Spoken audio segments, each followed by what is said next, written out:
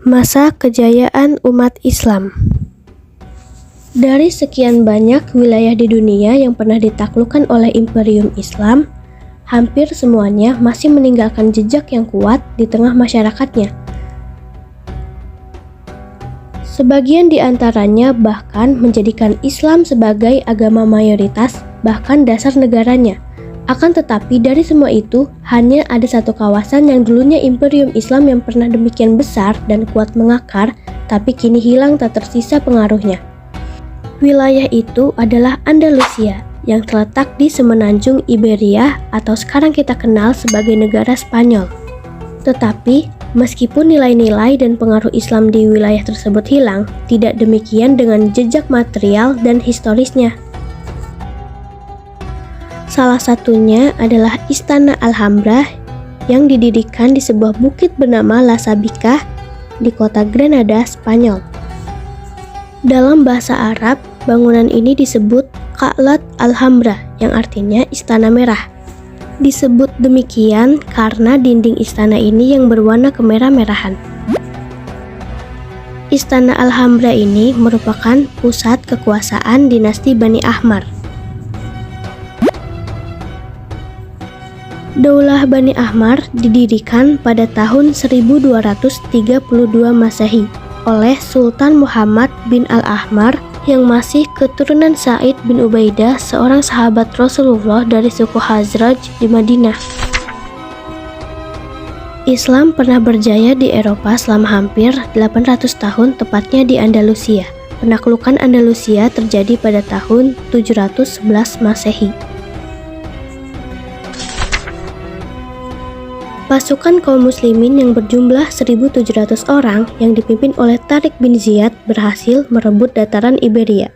Selain itu, pada masa Daulah Abbasiyah, Islam juga pernah berjaya dalam bidang ilmu pengetahuan dan sains. Khalifah Harun ar-Rasyid mendirikan sebuah institut pendidikan di Baghdad yang bernama Khizanat al-Hikmah, yang fungsinya sebagai perpustakaan, tempat penerjemahan, dan penelitian. Kemudian pada masa kepemimpinan Khalifah Al-Ma'mun yang merupakan putra dari Harun ar-Rasyid, Khizanat al-Hikmah ini mulai dikembangkan dan diubah namanya menjadi Baitul Hikmah, dan juga sebagai fungsi untuk penyimpanan buku-buku kuno yang berasal dari Persia, Bizantium, Ethiopia, dan India. Di Baitul Hikmah, para sarjana sering berkumpul untuk menerjemahkan macam-macam buku pengetahuan dan berdiskusi masalah ilmiah. Cendekiawan terkenal dari seluruh dunia berkumpul di Baghdad pada waktu itu. Baitul Hikmah pun menjadi salah satu contoh perpustakaan Islam yang lengkap, yang berisi ilmu agama Islam dan ilmu-ilmu pengetahuan lainnya. Di samping itu juga berkembang 4 mazhab fikih yang terkenal hingga saat ini. Di antaranya Abu Hanifah, pendiri mazhab Hanafi, Imam Maliki, pendiri mazhab Maliki, Muhammad ibnu Idris Asy-Syafi'i, pendiri mazhab Syafi'i, dan Muhammad ibnu Hanbal, pendiri mazhab Hanbali. Selain itu, berkembang pula ilmu-ilmu umum. Kemunduran kerajaan besar. Ada 2 macam yang menyebabkan Khilafah Abbasiyah mengalami kemunduran, yaitu faktor internal dan faktor eksternal.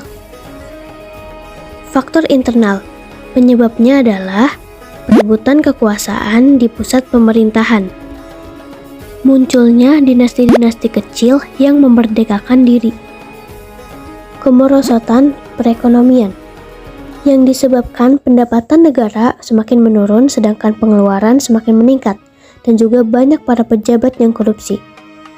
Munculnya aliran-aliran sesat dan fanatisme keagamaan. Karena cita-cita orang Persia tidak sepenuhnya tercapai untuk menjadi penguasa, maka kekecewaan itu mendorong sebagian mereka mempropagandakan ajaran Manuisme, Zoroasterisme, dan Mazdakisme. Lalu munculnya juga gerakan yang dikenal dengan gerakan Zindik.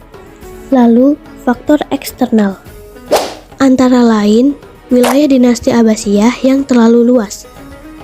Luasnya wilayah menyebabkan pemerintah tidak adil dalam memberikan hak Baitul Mal untuk pembangunan infrastruktur berupa bangunan fisik seperti irigasi, jalan raya, jembatan penghubung, dan sarana pendidikan.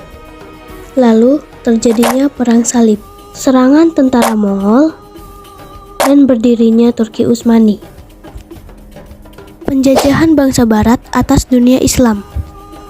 Perjalanan bangsa Barat ke Timur Tengah dimulai ketika Daulah Utsmani mengalami kemunduran, sedangkan bangsa Barat mengalami kemajuan di segala bidang seperti perdagangan, ekonomi, industri perang, dan teknologi militer.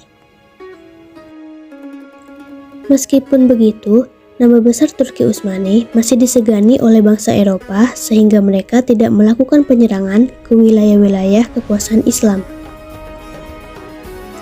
Namun, kekalahan besar kerajaan Turki Utsmani dalam menghadapi serangan bangsa Eropa dalam pertempuran di Wina tahun 1783 Masehi membangkitkan kesadaran bangsa Barat bahwa Turki Utsmani ternyata telah mundur lebih jauh. Misi politik untuk menguasai negara Islam digalakkan dengan Divide et Impera, yaitu penjajah dengan segala cara menciptakan pemisah antara kaum bangsawan dan rakyat kecil. Spanyol dan Portugis juga membawa 3 misi, yaitu Gold, Glory, dan Gospel. Ketiga misi inilah yang diteriakkan dalam menaklukkan negara-negara itu. Negara-negara Islam yang pertama kali dikuasai oleh Barat adalah negara Islam di Asia Tenggara dan di anak benua India. Sedangkan negara-negara Islam di Timur Tengah yang masih berada di bawah kekuasaan kerajaan Utsmani baru berhasil ditaklukkan pada masa berikutnya. Munculnya gerakan Tajdid atau pembaruan Islam. Gerakan Tajdid ini disebabkan oleh adanya kontak dengan dunia Barat yang kemudian membuka mata dunia Islam, terutama Turki dan Mesir, akan kemunduran dan kelemahan umat Islam dibandingkan dengan kemajuan dan kekuasaan Barat. Hal ini yang kemudian membuat raja dan pemuka Islam lainnya mulai berpikir dan mencari jalan untuk mengembalikan balance of power yang telah pincang dan membahayakan umat Islam.